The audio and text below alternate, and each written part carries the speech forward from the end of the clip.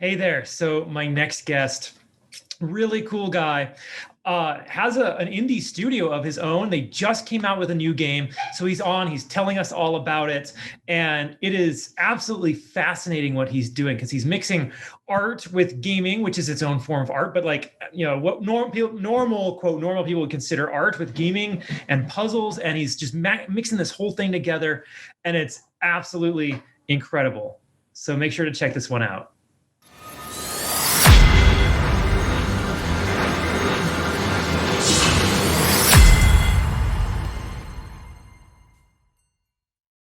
Hey there, everybody. Welcome back to the Gamerpreneur podcast. I'm your host, Dr. Bradford Carlton. Today, I have a very special guest with us. I have Danny Silvers. Hey there, Danny. How's it going? Hey, Bradford. It's going pretty good. How are you? It's a beautiful sunny day in Las Vegas. How about yourself? Honestly, it's a beautiful sunny day in Boston. Which, before we came on, you were a little shocked about. Yeah, well, yesterday was cold and rainy, and that's kind of more our style. So it's a nice break. Okay. Now, do you prefer Dan or Danny? Either or. Daniel only for when I'm like signing a contract. So okay, it works for me. Yeah. Okay, so in that case, I'll go by Danny since that's what I've got, and its name is right there for me. So, yeah. Danny, why don't you go ahead and just begin by telling us a little bit about yourself? I just like to jump right into these things. Sure thing. So I founded a studio called Lantana Games back in 2009. We are still somehow kicking to this day. We just launched our latest game on Steam. It is called Mondrian Plastic Reality. The game is an artsy brick breaker that explores art history through the eyes of 5 modern artists going on a heist through time to uncover their lost masterpieces. It's a big focus on user-generated content, creativity in general, and just making players have a good time. Essentially, we focus a lot on family entertainment and sort of Nintendo or Way Forward-esque, really, really fun and approachable experiences for everyone. I love it. And I cannot wait to ask you about all of that, the game, the business, how you're doing it, the whole thing. Before I do that, though, like I start every interview with a single question I'm going to ask you, just like I ask everybody else, so don't feel special. But on a scale of 1 to 10, 10 being high, how weird are you, Dan? Probably like a 12. Why is that? Why is that? Okay, so I am art school trained. I went to the Savannah College of Art and Design between 2005 and 2009. So that alone puts me at like a 6 or a 7. And then to go directly from art school into a crashed economy essentially meant that as a startup, I was forced to kind of learn to think on my feet in terms of like running a business and just generally like making money, finding success, making a name for myself. How do I stand out? And in particular, that was the start of the indie revolution right when I graduated. So I came out around the same time that games like Braid, World of Goo, and Audio Surf were really starting to take off. And then, of course, huge names like Jonathan Blow, Rami Ishmael, you name them, really all were like getting this new indie artist stardom. And, there was a part of me that was like, it would be kind of cool to have. I never quite achieved it. But, I'd like to think that the stuff that I have contributed to the game industry over the years is more important than the name I have made like for myself and for the studio. So for instance, in 2012, I was part of the founding team of the Boston Festival of Indie Games at MIT. And the first year of that, we only booked a couple classrooms and brought in a bunch of local indies. And we expected maybe like a couple hundred people to show up. No, it was a couple thousand. And if you tried cramming a couple thousand people into 2 classrooms at MIT, you're going to have like good problems. It's the kind of problem you want to have. There's going to be a lot of questions about fire codes and I mean, you're at MIT. They'll figure out a way to get them in there. we figured it out. Oh, what a day. And then after that, the festival grew.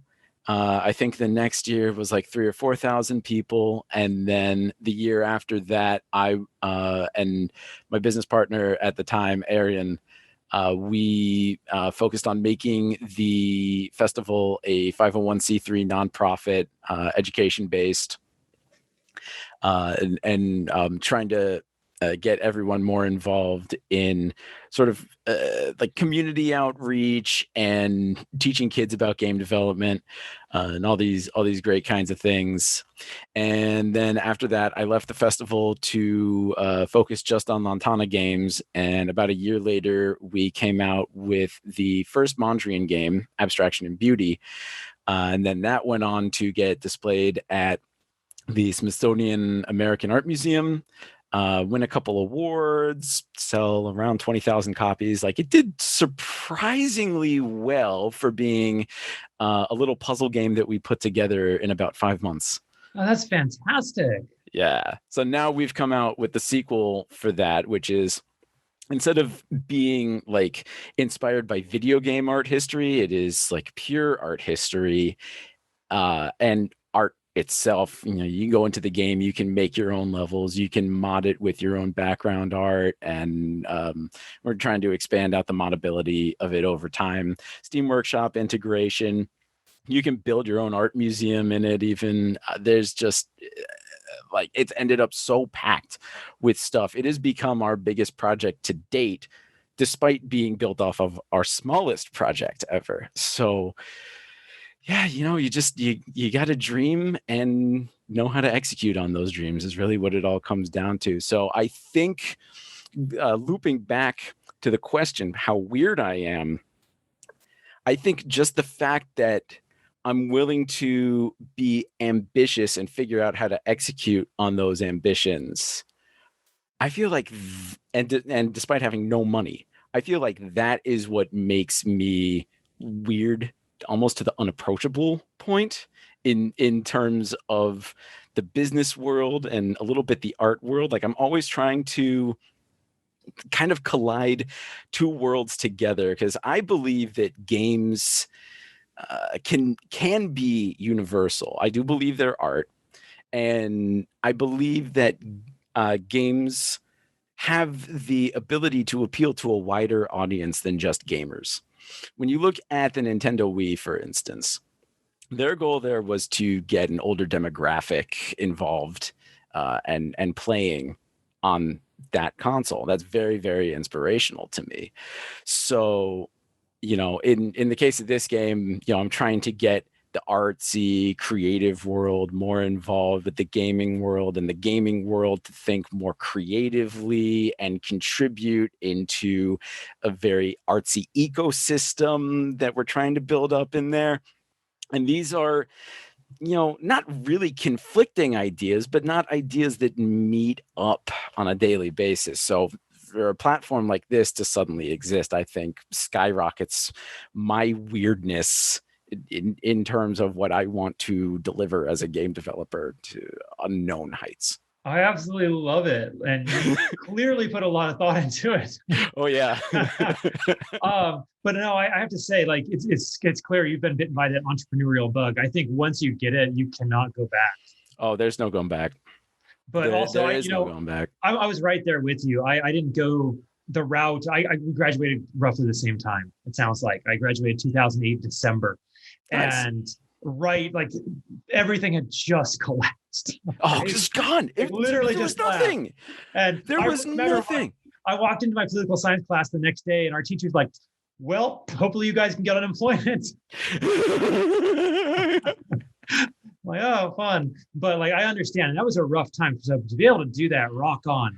Now, before we touch too much more on that, you've kind of steered us in the direction of this, but this is the Gamerpreneur podcast. So I do need your gaming cred. When did you first start playing games? I first started playing games, I think I was 3. One of my earliest memories gaming is actually SimCity on an amber monochrome screen, which is why in the original Mondrian, one of the emulator modes that it can do is an amber monochrome color scheme at like 256 by 144 resolution. So I wanted to harken back to my original days a little bit. So my earliest games were like SimCity and WordTris and the original non-ray traced Microsoft Flight Simulator. Um, and then going forward from there, I don't really remember what was like next. I know around 1992 was when I decided I wanted to make games for a living. I was 5 when I decided on this. And so I pretty much committed the rest of my life to learning. So it started off with learning kind of the extrinsic areas of game development. I learned a lot of writing and general like game design. I read a lot of books on that. And then in high school, they didn't really have any programming or game development stuff specifically, but they did have Photoshop, Illustrator, graphic design kind of stuff in my high school. So got very, very well versed in that to the point where when I got to art school, I was essentially teaching those classes. Like I knew more than the professor, so I half took over, half TA'd them. It was the weirdest thing. But yeah, starting around my sophomore year down at SCAD, really got into finally making games under Professor Brenda Brathwaite, now Romero. And I probably ended up with somewhere between 6 and 10 games by the time I graduated. And in the first 3 years post graduation, probably made another 10 or 20. Wow. Just like little web game jam stuff. I'm a firm Flash believer. games. Yeah, a lot of games. I'm a firm believer that in any art form, the first dozen or so things you're going to make are going to suck. But they're practice. You got to get that practice out of the way. Like the great sports legends, your Tom Brady's and whoever of the world sucked as kids. And then they just keep practicing and keep getting good at it over time. Absolutely. Now, talking about kids, you decided at 5 years old that you wanted to go and make games. Yeah. But you grew up, had to have been at the same time I did. What was that like? The culture was not there for it unless it was. Like, what did your family think? What did other people and friends and teachers think? My parents were very supportive of the idea. My uncle, ex-uncle now, who used to like hand me pirated games on 3.5-inch floppies, who got me started in games, thought that I was full of crap. Thought it was a terrible idea and I would never, amount to anything with it. And I'm like, that kind of seems hypocritical. Even though I didn't know the word hypocritical at the time. My teachers never really asked about it, didn't really know what to make of it. My guidance counselor didn't really care because I got into SCAD on early admission in like November of my senior year. So she couldn't really say anything about it. It's like, I'm already in college, so I'm just not even going to pay attention to these. In fact, I'm going to go and have lunch. Bye. Like, just skipped those guidance counselor meetings.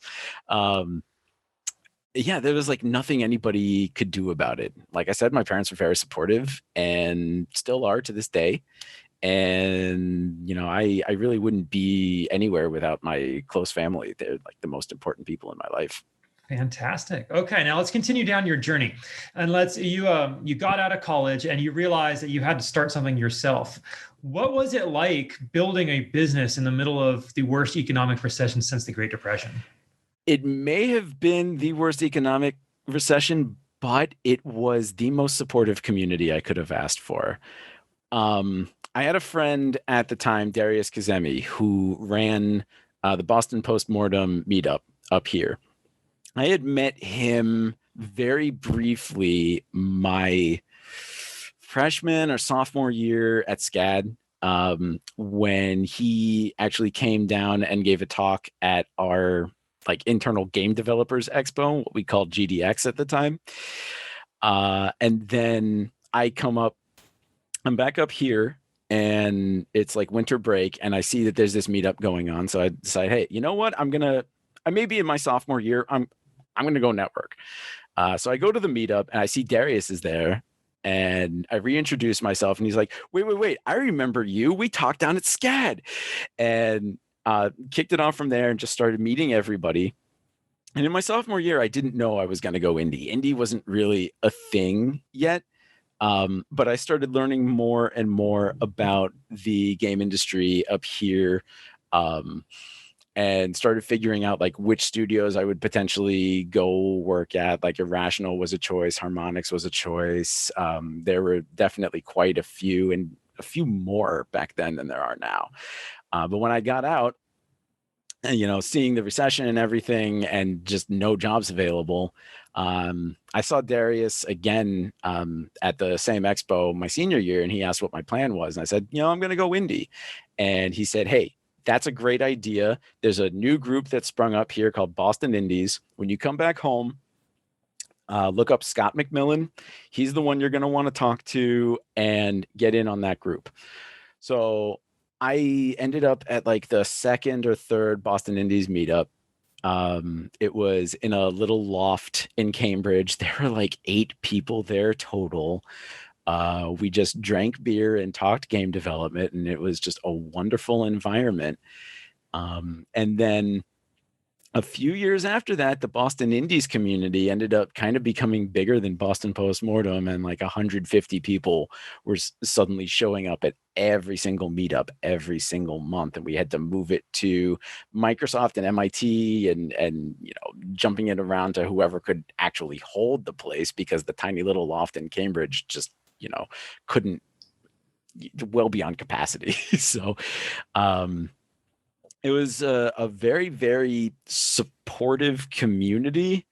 I wish I could have delivered more in my early days. We were a little too ambitious with our early day projects, which are, some of them are sadly still in limbo. But I think over time, I and the teams who've come in and out working with me ever since then kind of learned to scope a whole lot better, and work a little bit more within our means. And despite that, we still just launched a product that has a level editor and Steam Workshop integration, online leaderboards, and just all sorts of insanity to it. So our means are oddly expandable despite being unfunded. It is a bizarre reality. I love it. Now, when you were starting out, was it just you, or did you already have like a group of guys or people that you wanted to work with? When I started out with a couple other graduates from SCAD, as well. Yeah, it was mostly just a couple other graduates from SCAD, as well as one of my oldest best friends up here who was also interested in making games. And over time, they left the studio to pursue other dreams, and I decided to stick with it. One of them is currently at Microsoft up here. One of them currently runs Crit Success, which is a fascinating company. They make dice, but that are rings. And so you spin this little like ring inside the ring that has a bunch of different numbers on it, and then it'll tell you which number it is. So they make like a D6, a D20, rock, paper, scissors, lizard, Spock. They have a whole bunch of varieties. Go check out Crit Success. They're cool. And then I don't really know what some of the other crew are up to, but people are in and out all the time, because what we do is we've established fantastic relationships with schools up here, schools all over the country, to give students entry-level opportunities into the industry, be it internships or co-ops, or every once in a while, a very rare paying gig. But yeah, like, so we're kind of a mentor as well as a developer. And through that, our program has gotten talented developers over to like Vicarious Visions and Harmonix and Riot, and you name it. Like they've scattered out all over the industry. Very cool. Okay. So, part of my show is, well, the vast majority of the reason I'm doing my show is actually to give advice to my audience. So when I first came into the gaming space, it was only actually about a year ago. And I came from an entirely different industry. It was the business world, business law, business coaching. And I came in and I realized, by and large, gamers generally don't know what they're doing when it comes to business, when it comes to marketing and sales. Yeah. And I'm sitting here and I'm listening to you talk about the team you've got and this amazing studio you have. And the thought that's rattling around my head is, just how important is having a team? Could you do this by yourself?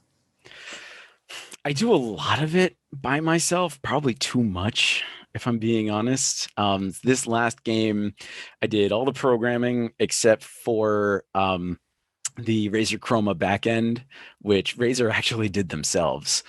I worked directly alongside this great guy, Tim, over at Razer, got him a copy of the engine, and then he went to town bringing their C++ SDK into this engine, ClickTeam Fusion 2.5.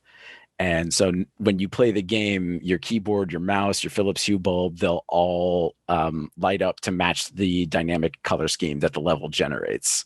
So your entire room can suddenly start looking like the game. And it is just the craziest thing to see.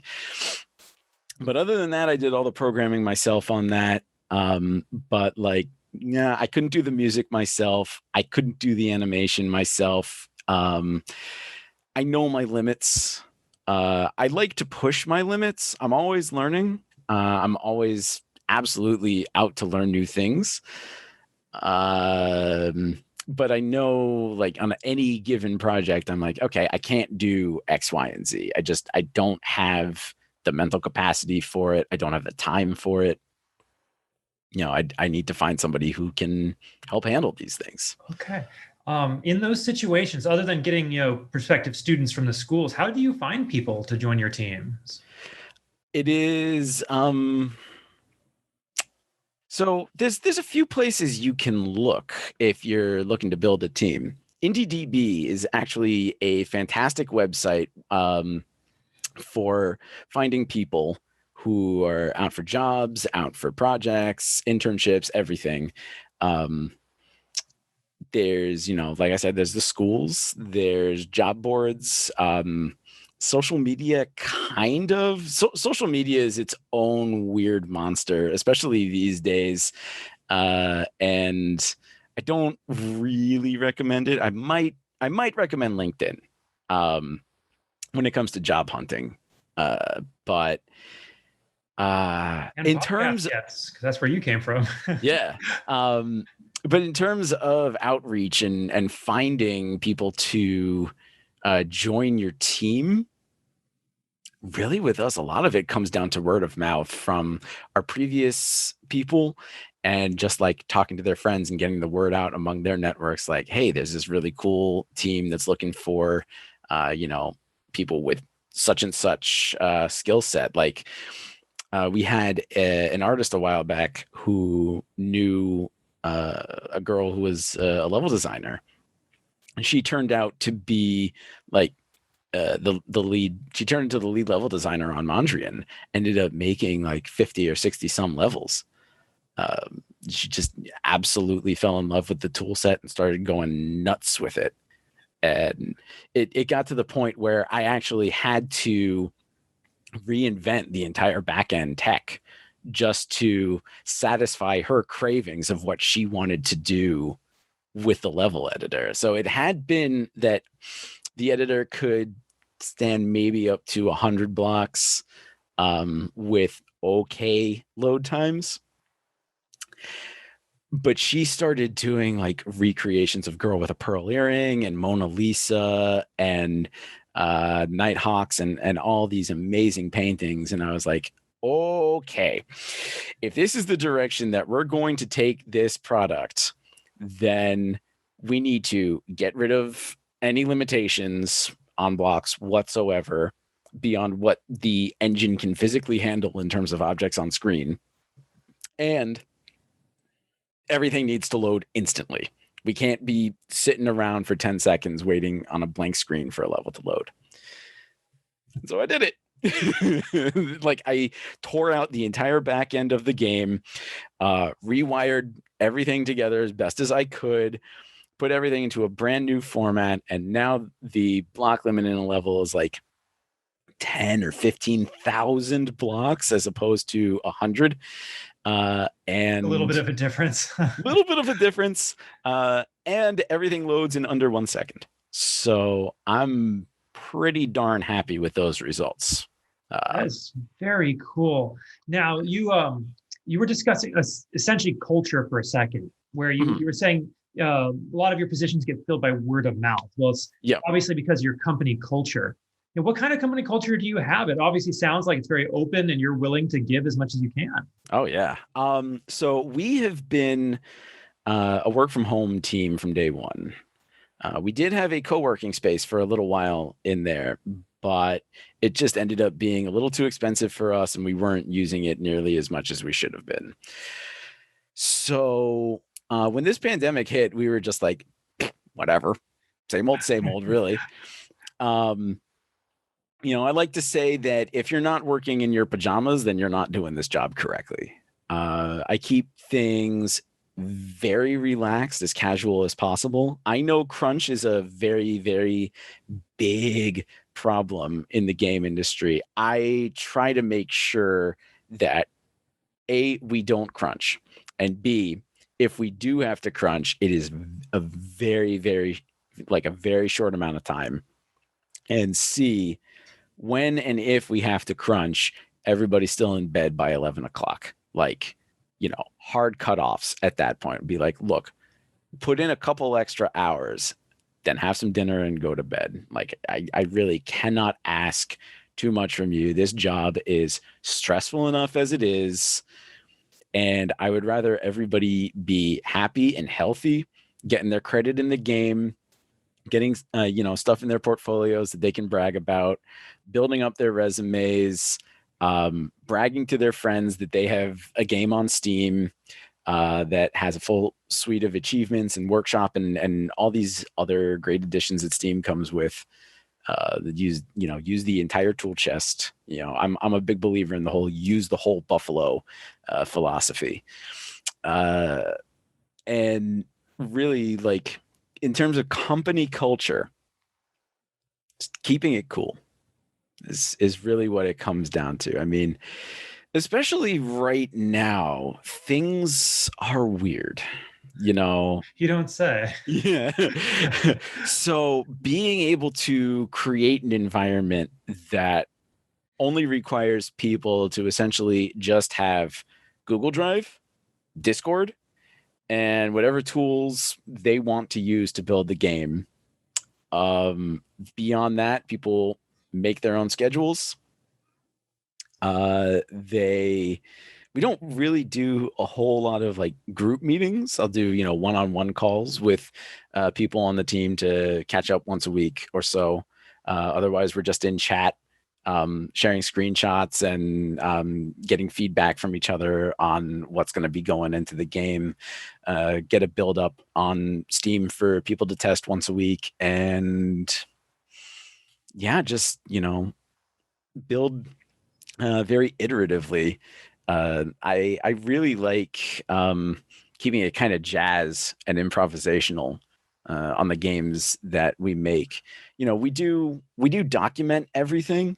There are obviously game design documents, but these days I am more a fan of having almost like 100 separate documents than one massive document that tries to cover every single little thing. So I've noticed when you do that, you almost feel more locked in because you can't find where you wrote something in the first place.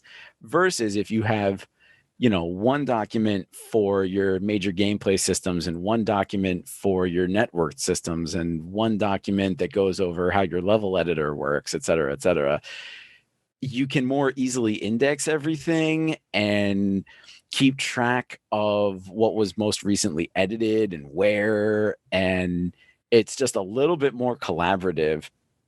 So everybody can jump in on Google Docs and make their own additions and really have their own voice in the product that we're ultimately going to be creating. That is so fantastic. All right, so Danny, like, where do you go from here? What next? What's the next project? Well, no next project just yet. Right now that Mondrian Plastic Reality is out, the goal is to ramp up its live service offerings. So once a month, we're going to be coming out. Well, the goal is once a month, but fingers crossed on that. Be coming out with some new story. And so the game is launched with the first bit of story in which you play as Pete Mondrian, who's woken up in this abandoned art museum. But he's kind of woken up from the first game. So we did figure out a way, despite the first game being purely abstract, we figured out a way to make it canon in what's gone on. And so he wakes up in this art museum, puts up this painting, jumps into it, and starts going back in time to find other paintings that have gone missing. And when you play the game, there are these gems that'll appear from blocks. You get those gems and you can use those to spend on decorations in the museum. And so then you can customize and build your own art museum as you're going through and playing levels and learning how to play the game. And then, when you finish that first bit of story while you're waiting on the next bit to come out, there's free play modes. So you can just play against your friends or compete in leaderboards or make your own levels and share those on Steam Workshop. There's a lot of content for the game to offer. So in the live service form, we're going to be adding new story to that, hopefully doing some holiday kind of stuff. And we should have something Halloween related up pretty soon. The size of the team is very, very small right now, so we're trying to figure out what we're capable of delivering in terms of that. But it's looking like, at the very least, we're going to do a pumpkin carving contest where we'll come out with a jack-o'-lantern template up on Steam Workshop that users will be able to download and make their own jack-o'-lanterns with. I love it. So that'll be fun. And the direction we're going to be taking things next year, our aim is to actually turn the game into a bit of a live events platform where artists from around the world will be able to have dedicated gallery openings in the museum, make their own levels to go along with their artworks, customize their own wings of the museum, and share those with the world, kind of like they'd be able to do just on an art website, but with the several advantages. Number one, being able to sell DLC that goes along with their work. So anything that they decorate their dedicated space with, players will be able to buy and use in their own spaces. And then, they would make money off of those, obviously, kind of like if they sold a postcard at their own gallery openings. Number two, being able to use our playable characters to tell their stories, which you can't get on a website. So you would, open up, say, one of their paintings, and then you get the Lightbox image, which has all their contact info, website, social media, the name of the painting, etc. You pick, and then you, as the player, pick a difficulty. The character that you're playing as tells the bit of story that goes along with that particular painting, and then you play a level that artist has designed to go along with that work. So our plan here is to create an arts platform, the kind of arts platform that just has not been seen yet. And I do know from having talked to a bunch of artists, the gallery museum art world right now is not doing so well. Their entire business model has been based on getting people into galleries and spending thousands of dollars on like a single painting, and then that pays their rent for 3 or 4 months. So the fact that they don't have that now, and people basically need to do all their shopping, say through Sotheby's, it's pretty limiting for what artists can do. So our hope is to create this digital space that can appeal to average gamers, to art consumers, to artists, any kind of creative. And we're hoping that we can get the first of these galleries open like January, February, and see if we can make some kind of difference in that world, because a website can only take you so far. You're missing that interaction. You're missing that storytelling that the artist can actually bring to their work. You're looking at a website, you're just looking at a picture, and then you close the picture and then you go check your email. But if you're playing a game, you're in that game. You're immersed in that world.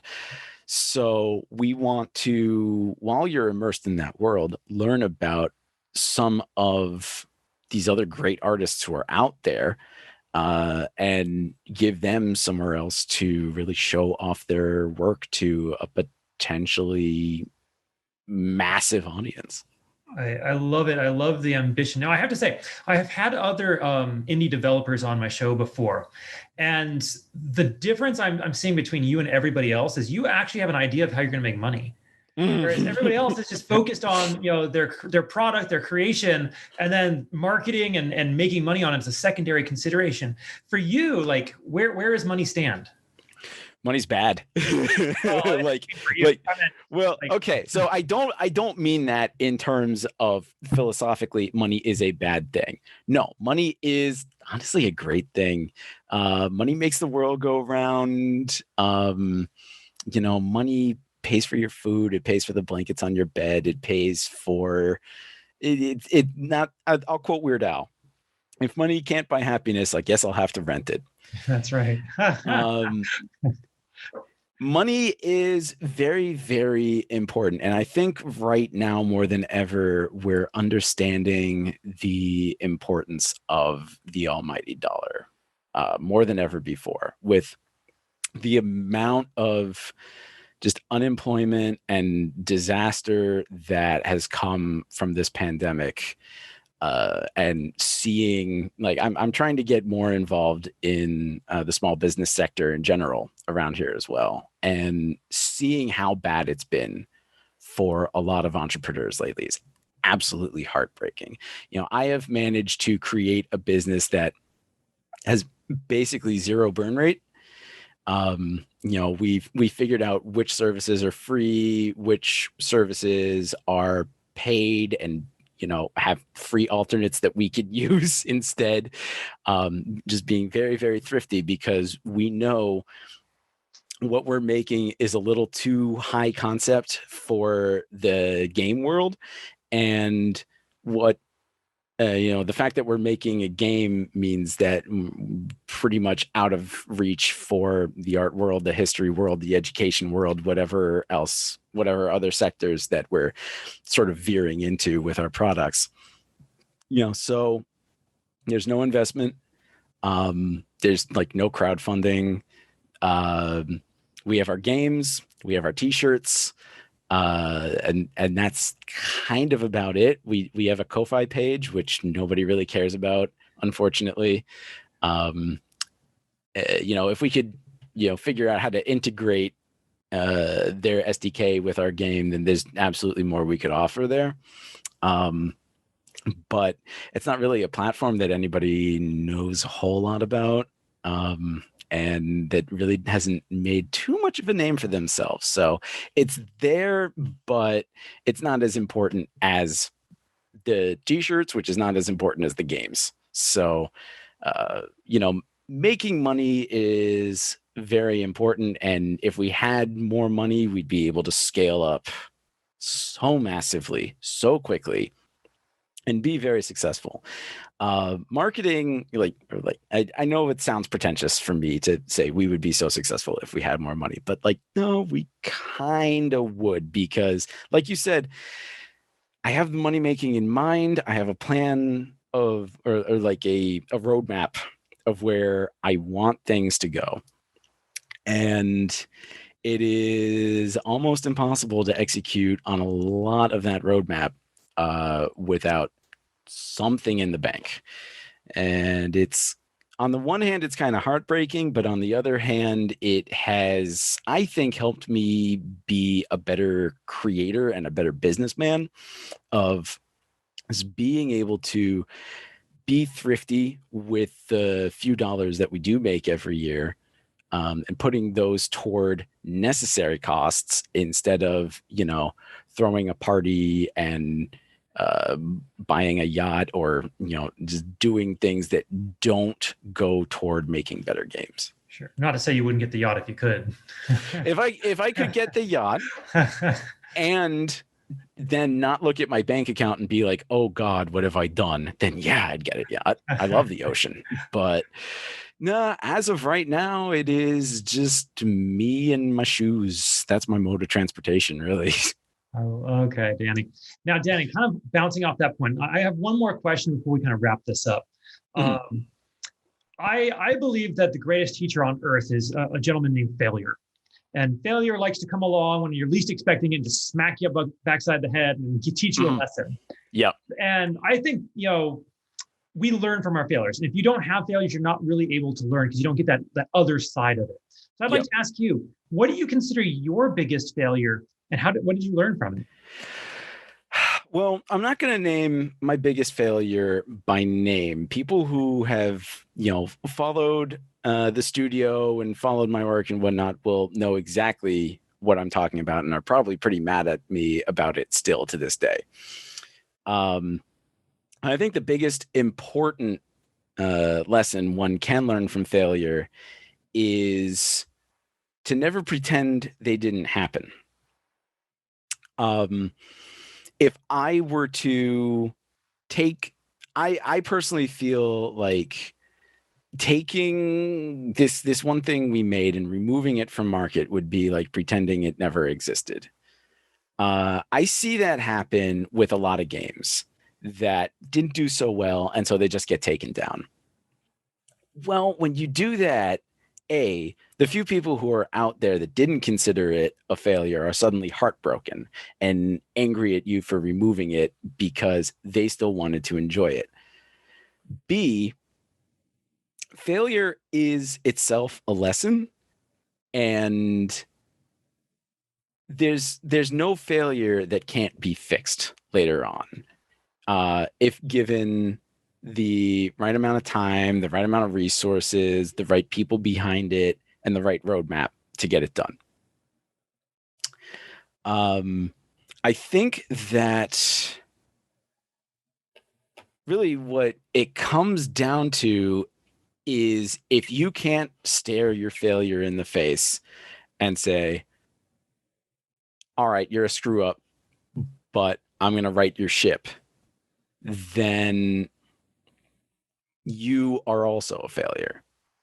Like if I had a kid and that kid got into trouble, I wouldn't then just kick that kid out the door and say, all right, you're on your own.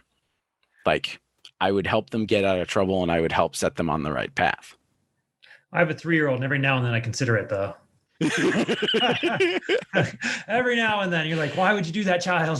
Why though? No, but in terms of games, especially, games are a very interesting art form in that it is kind of a cheap way out to say, it's okay, we'll just patch it later. But there's also the fact that we can do that and almost George Lucas it in a way. That's looking at it backwards, though. George Lucas screwed up those movies. Yes, he did. But imagine if he had put the patching effort into the prequels that he did into his original films. all of a sudden, like, he would have been able to take the feedback that people were giving him and say, you know what, I think we can fix some of this, and we actually have some of the footage. I can go back and, redo a lot of that. He never did. He left the prequels as they were, despite them being awkward. And he took his masterpieces and made them as awkward as the prequels. In our case, we have a product on market that we launched in early access, probably a little too early. And, we've left it up there. From my perspective, it's been left up there as a reminder that I can always do better.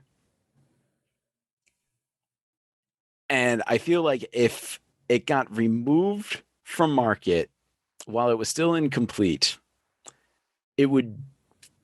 I'd kind of be lying to myself that, like, failure doesn't exist.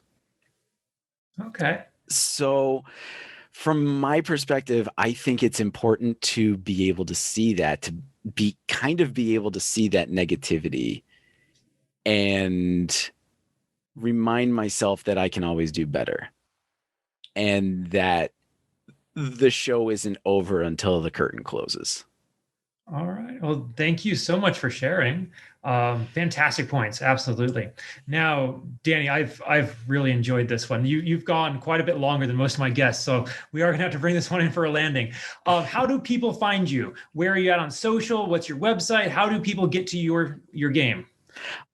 So our game is on Steam. It is, once again, called Mondrian Plastic Reality.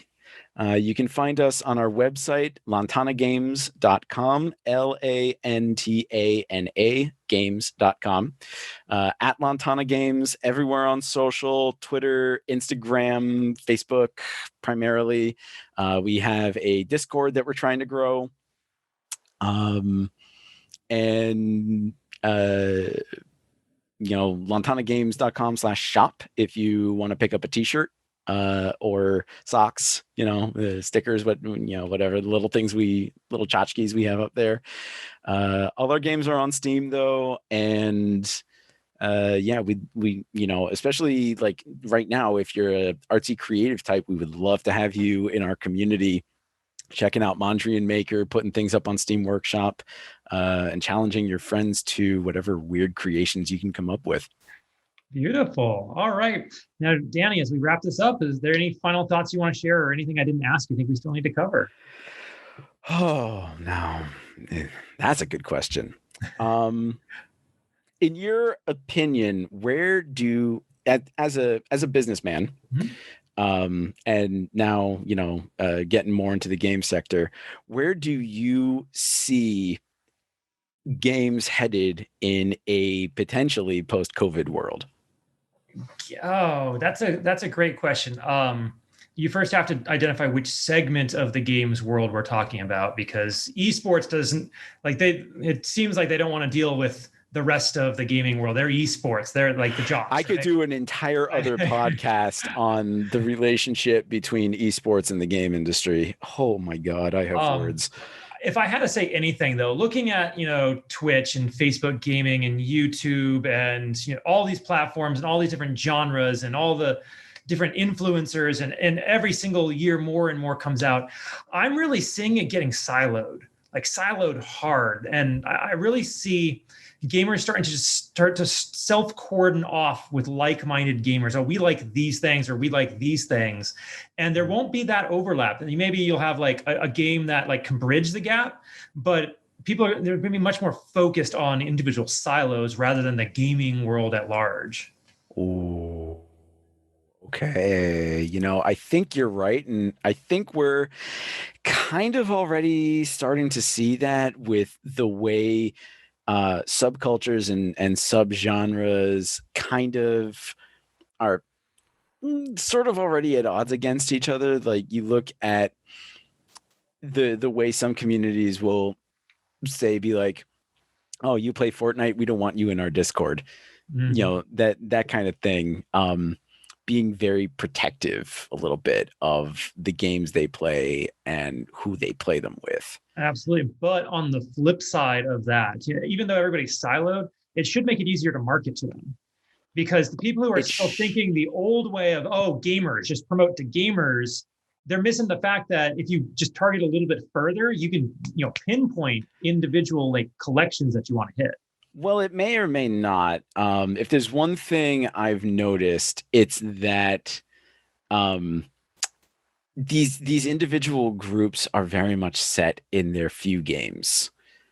There have been some exceptions lately of people just adopting kind of whatever comes around. Like, look at Among Us. Among Us came out 2 years ago. Right. It sold nothing back then. Now, all of a sudden, it sold 5 million copies out of the blue because a few Twitch streamers have played it. I can only imagine what those guys are thinking right now. But what's really weird is you see all these big streamers playing Among Us. You don't see anybody talking to the developers. I have not seen like IGN say reaching out to them for an interview. Like a fantastic point. It is now on so strange. So if there's one thing I've noticed about this like streaming culture that we've gotten into, it's that audiences are very particular on the kinds and the specific games that they will watch, particularly from their favorite streamers. If a streamer suddenly starts playing something other than their usual PUBG, Fortnite, whatever it is they're playing, they will actually lose subscribers for doing so. So it's risky for them to pick up anything new unless it's kind of already popular, like Fall Guys or Among Us, in which case they'll play it for a little bit to appease that, subsection of their audience that crosses over. But isn't that an interesting question? Which came first, the big streamer playing the game or everybody else? Oh, it is a chicken or egg problem. It really is. In Among Us' case, probably Among Us technically came first. Yeah. But that's, kind of just happenstance because it came out 2 years ago. It's not like anybody played it or even heard of it 2 years ago. Oh, they had dropped it. They weren't going to put any more updates out. It was done. Like it was just completely done. As far as I can tell, I'm not even sure they have the source code anymore, or like can't even open it anymore because it was probably built in, I guess, Unity 2017. But yeah, it's not like you can't open stuff made in Unity from that far back, probably pretty easily. But they say when you first start the game, we're working on Among Us 2. There's still some bugs in Among Us that they probably could fix, but I think they're more thinking, this one's made its money, it's done, let's go make something incredible. Among Us is pretty rudimentary in what it does. The UI text doesn't scale. It JPEGs out when it gets too big, and there's some bugs left over. The controls are very simple. All of the jobs you have to do are just these tiny, like 2-button click mini games. There's nothing very complicated in there. The core mechanic of the game is communication, which you don't see a lot in video games. You see it more in party games like Mafia, stuff you play around the table. So it is really, really neat to see that. And I really, really like the game. I think they did, for what it is, they did a great job. There's no denying that. But it's not as technologically complex as it could be. It is, sort of scoped to be almost as small as possible. And now that they've seen this spontaneous success, which you can't plan for, you can't market for. 2 years later, no. 2 years later. Sorry, all the marketing rules are out the window. I've been watching all these different YouTube videos and GDC talks and everything on marketing, and they're all from like 2018 and before. And I'm like, you're wrong. Like everything's gone. Every rule that anybody ever wrote about, like, get on Twitter, get on Facebook, get this video out to this platform and stuff. Nope, gone out the window. Doesn't matter anymore. Technically things are heading over to streamers and content creators and whatnot.